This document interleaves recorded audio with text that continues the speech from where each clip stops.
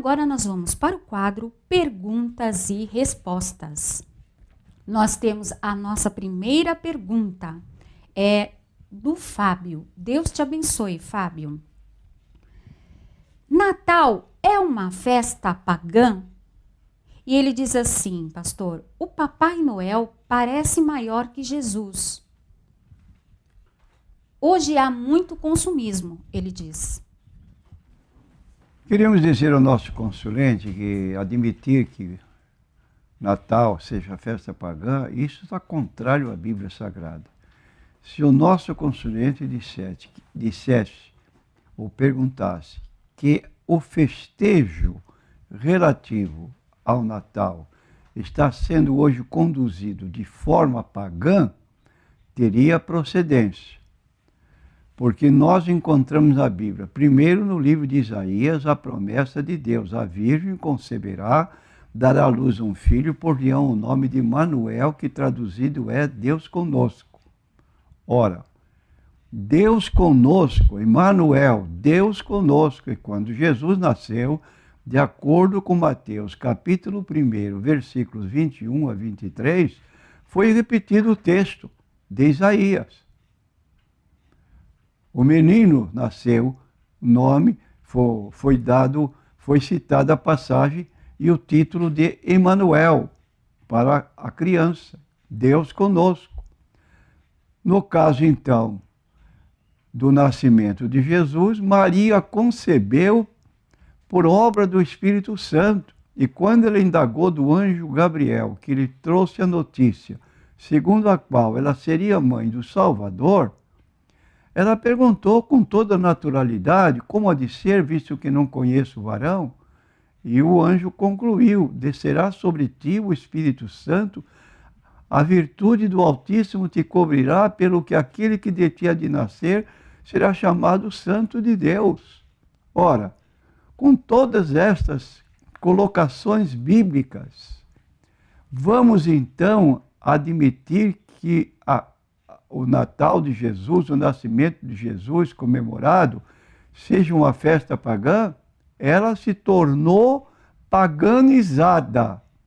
E nós temos mais ainda que quando Jesus nasceu, houve uma celebração não humana apenas, mas os anjos desceram do céu para comemorar o evento, comunicando aos pastores que estavam no campo, pela vigília da noite, tomando conta de seus rebanhos. Eles foram informados. Diz aqui o capítulo 2 de Lucas, versículos 8 em diante: havia naquela mesma comarca pastores que estavam no campo, guardavam durante as vigílias da noite o seu rebanho, e eis que o anjo do Senhor veio sobre eles, e a glória do Senhor os cercou de resplendor, e tiveram grande temor.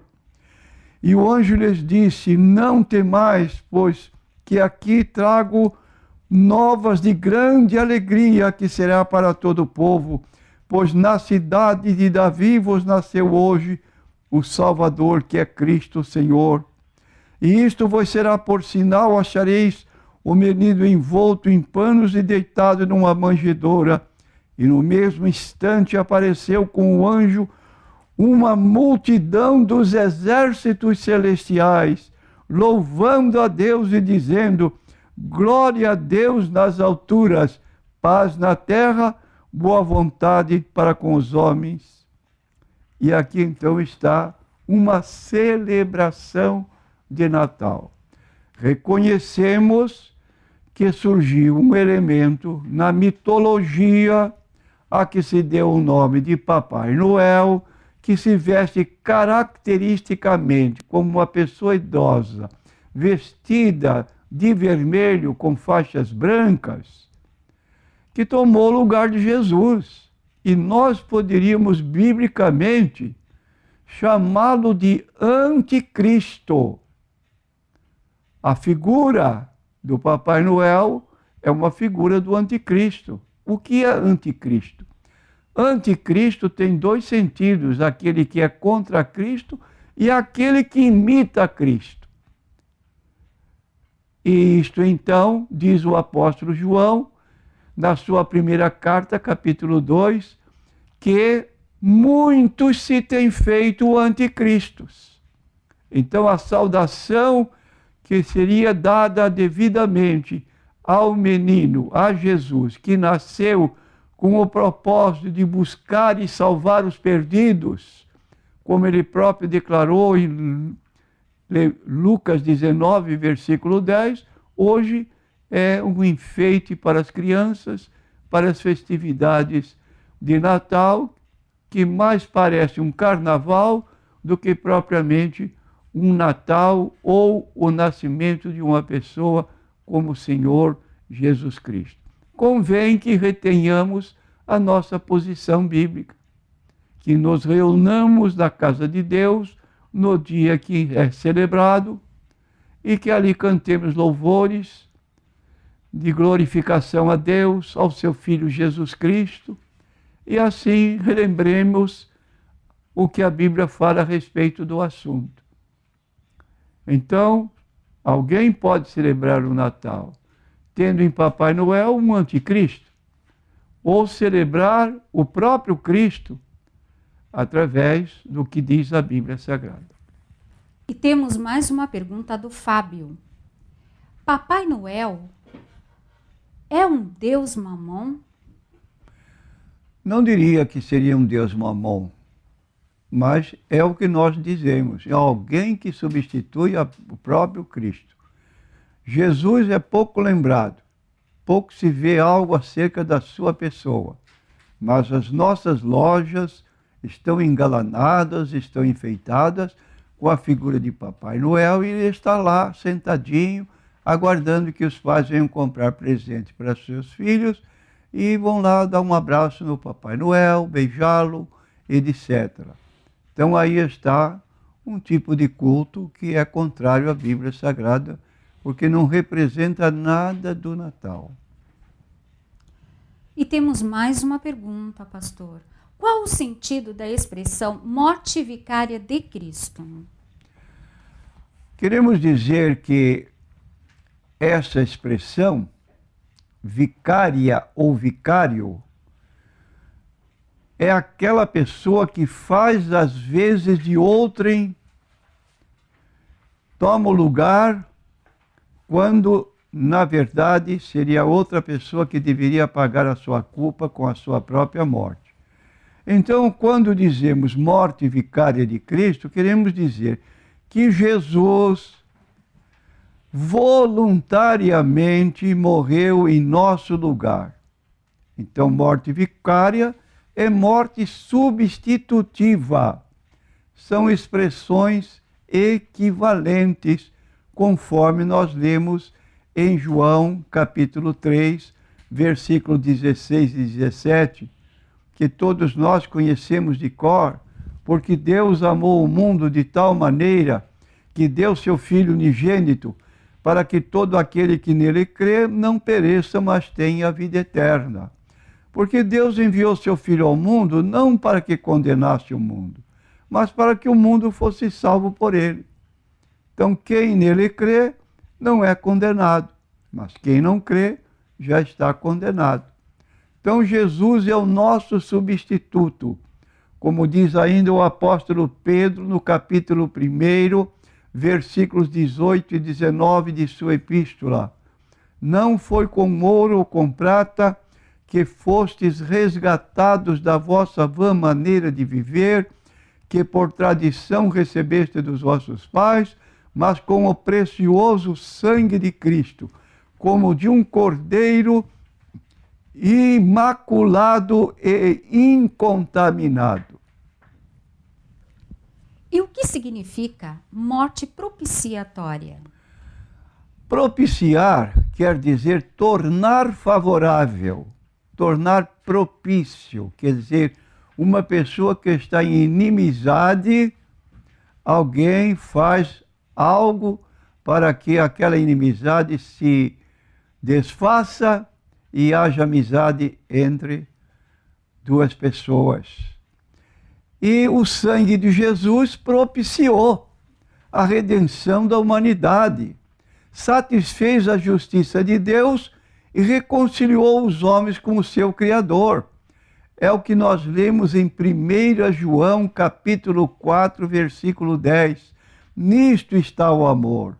Não em que nós tenhamos amado a Deus, mas em que Ele nos amou a nós e enviou seu Filho para propiciação pelos nossos pecados. Isto é, apaziguar, nos aproximar, homens, nós que vivíamos como inimigos de Deus, nos aproximamos dele por meio da obra vicária, expiatória, propiciatória de Jesus Cristo.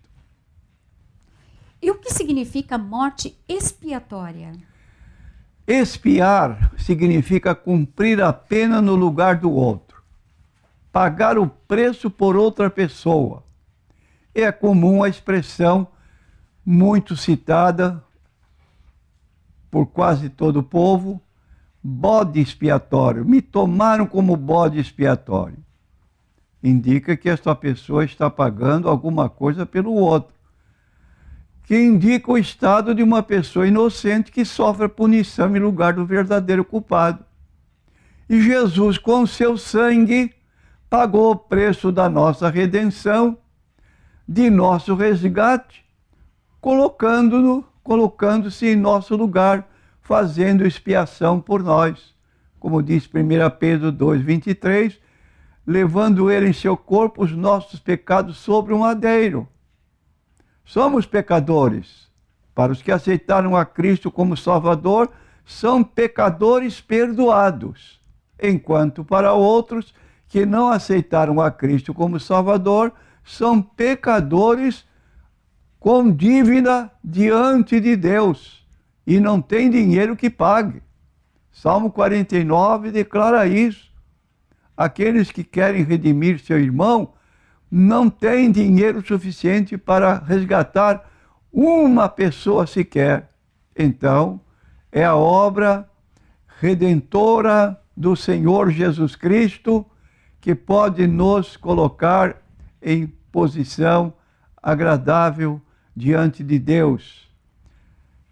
E você, meu prezado ouvinte, aproveite esta grande chance, essa grande oportunidade de ter paz com Deus por meio do Senhor Jesus Cristo. Reconcilie-se com Ele, porque por nossos pecados nos tornamos inimigos. E qual a diferença entre ungido, Messias e Cristo? Não há diferença entre essas três palavras. Ungido, palavra portuguesa, é aquele que recebeu unção, que ficou investido de autoridade para o desempenho de uma missão divina. Messias, palavra do hebraico, Messiá, do grego Christos, que quer dizer ungido. Então, ungido é, em português, Messias no grego, no hebraico, e Christos no grego. Cristo é o título oficial de Jesus, pelo qual é nomeado como Salvador do mundo, profeta, sacerdote e rei. Portanto, Jesus o Cristo, Jesus o Cristo, Jesus o ungido, ungido de Deus, para concretizar o plano da salvação dos homens. Mais uma pergunta. Quem são os santos? Em primeiro lugar, quero dizer que a palavra santo não quer dizer imaculado, a não ser quando se trata do próprio Deus. Mas santo quer dizer separado, pessoa que dedica a sua vida a Deus e se separa do erro, do pecado, para agradar a Deus. Então, necessariamente entendemos que santos vivos e há santos falecidos.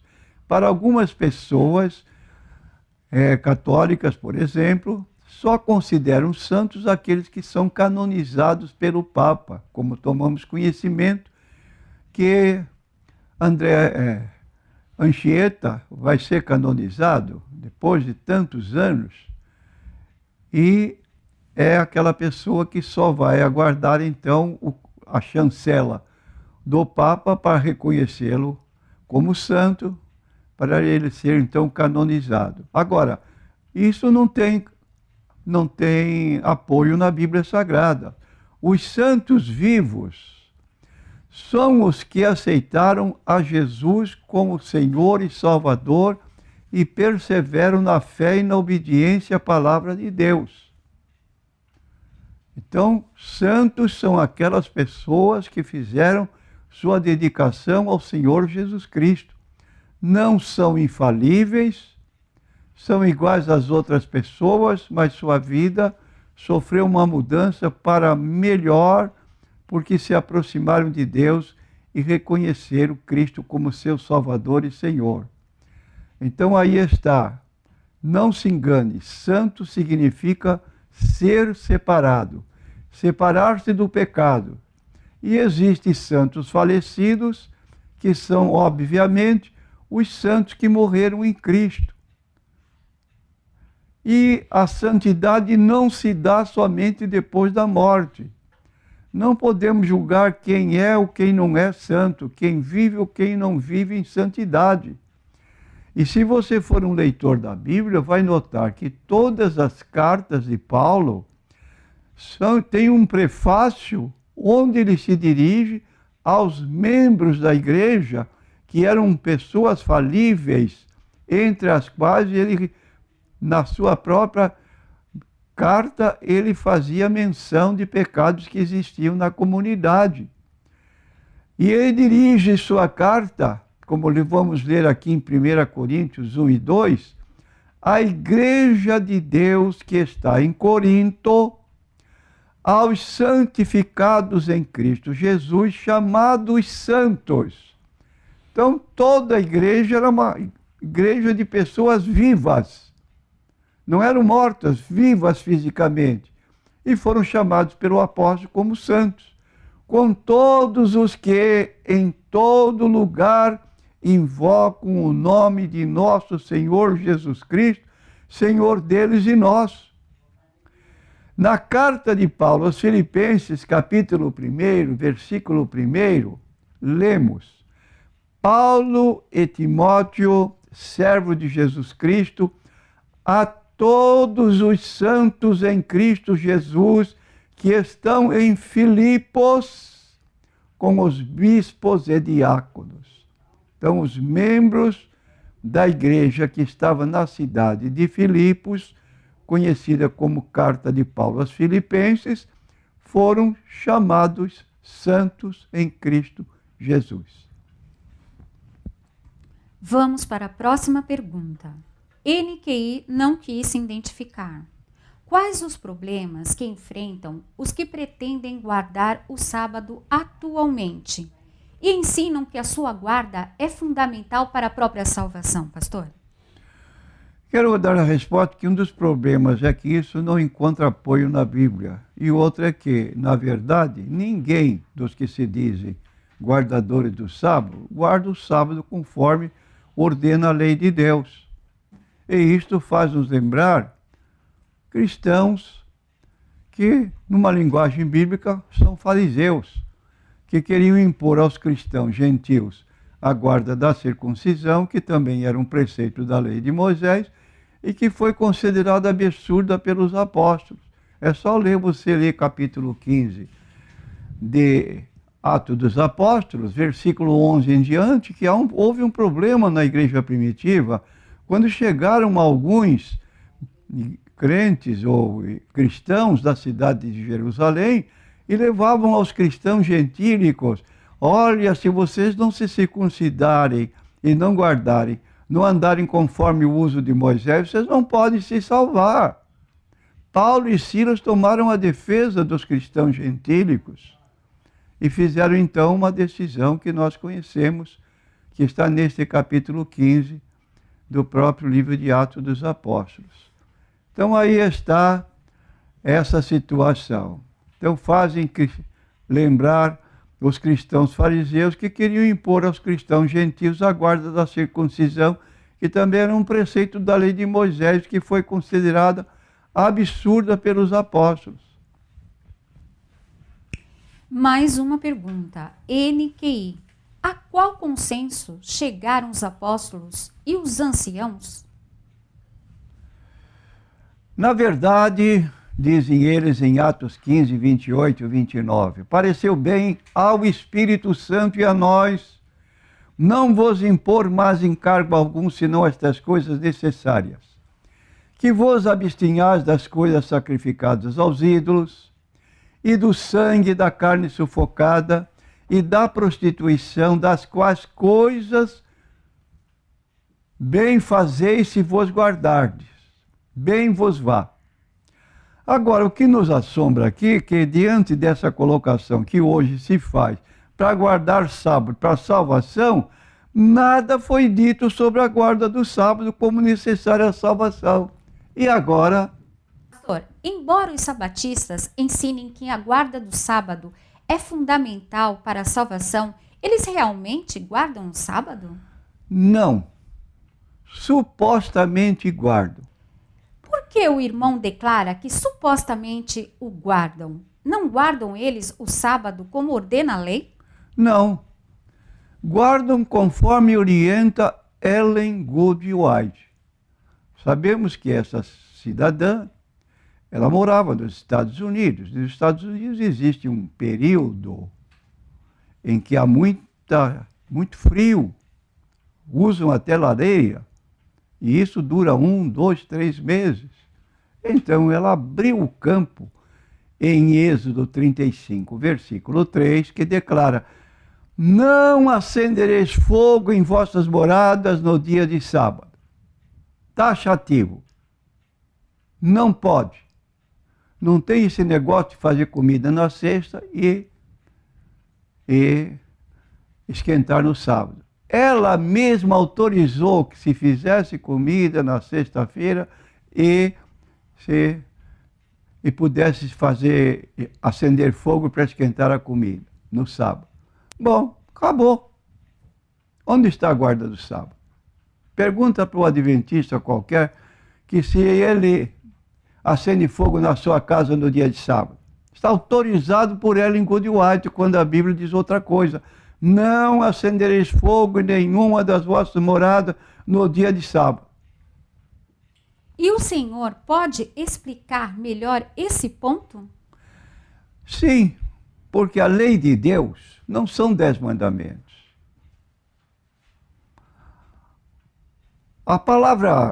A expressão lei de Deus e lei de Moisés, que aparece em Neemias capítulo 8, indica a mesma coisa. E qual é a significação dessa, então, colocação?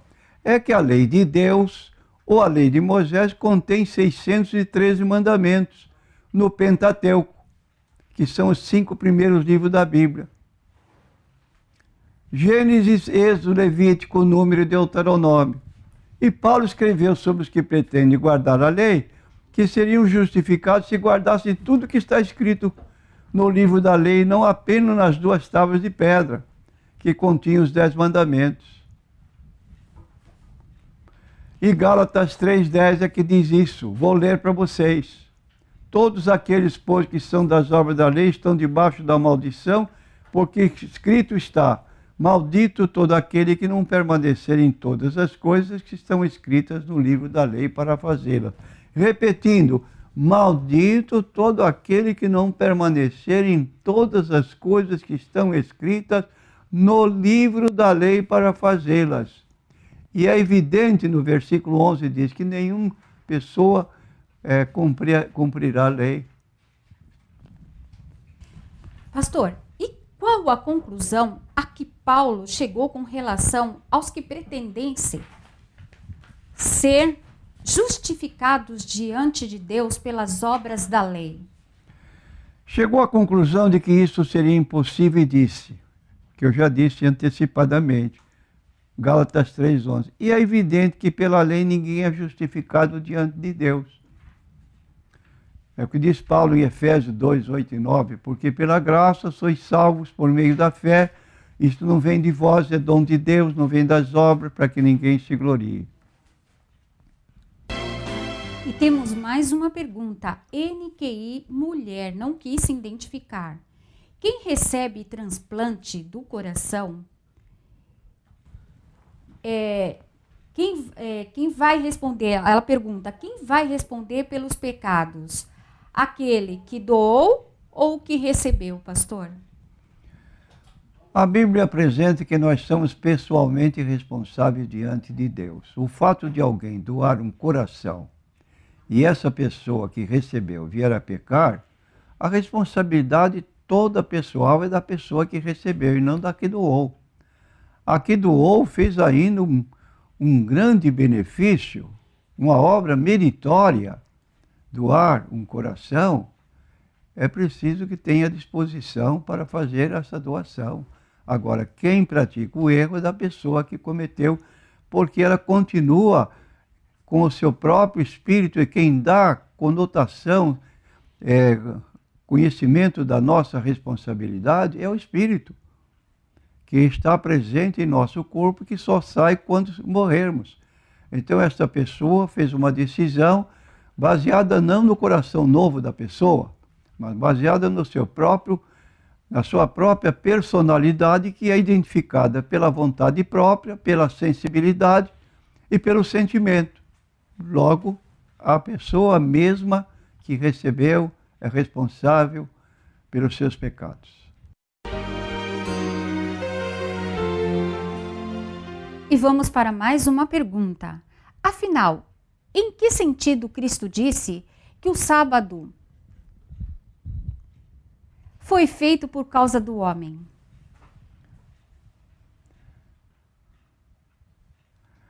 Nós queremos dizer que o sentido declarado por Jesus é contrário ao que ensinam os guardadores do sábado. Jesus não disse que o sábado era o dia do Senhor. Isso lendo Marcos 2, 27. O sábado foi feito por causa do homem. Então, à luz desse termo na língua original, para os homens, antropos do grego, seria somente o judeu ou o homem universal. É a grande dúvida que permanece.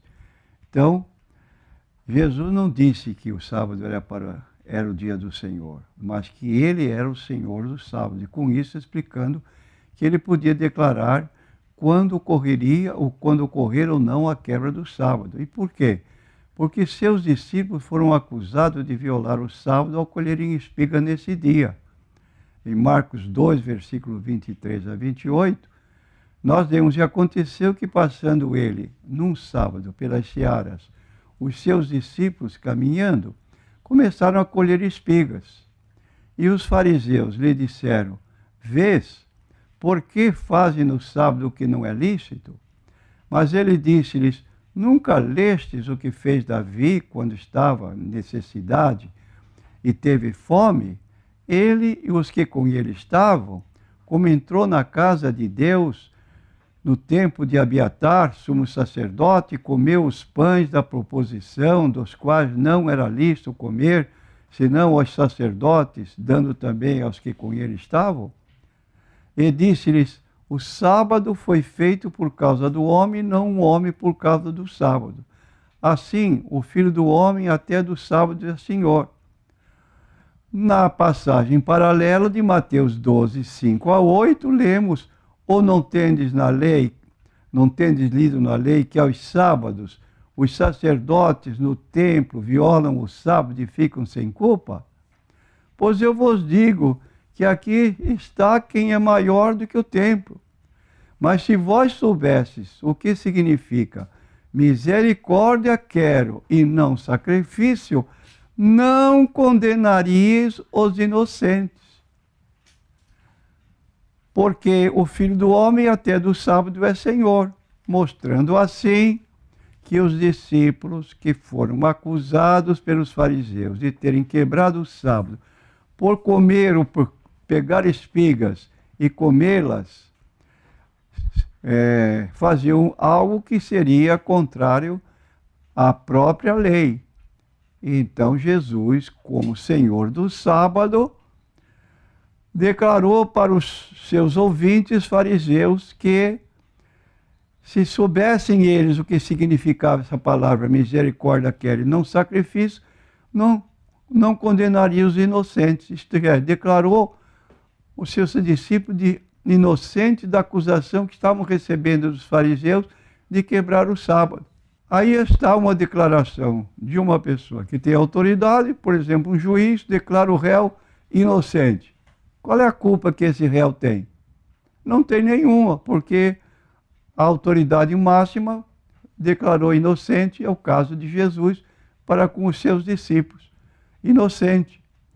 E foi mais além em dizer taxativamente que os sacerdotes no templo violavam o sábado e ficavam sem culpa. Agora, se o sábado fosse um preceito moral, como os outros restantes 9 mandamentos, eles não podiam fazer isso. Por exemplo, podiam matar no templo e ficar sem culpa, podiam roubar no templo e ficar sem culpa, podiam praticar idolatria no templo e ficar sem culpa, podiam adulterar no templo e ficar sem culpa, podiam cobiçar a mulher do próximo no templo e ficar sem culpa, mas podiam violar o sábado no templo e ficar sem culpa? A resposta de Jesus foi positiva. Podiam fazer isso sim. Por quê? Simplesmente um preceito cerimonial.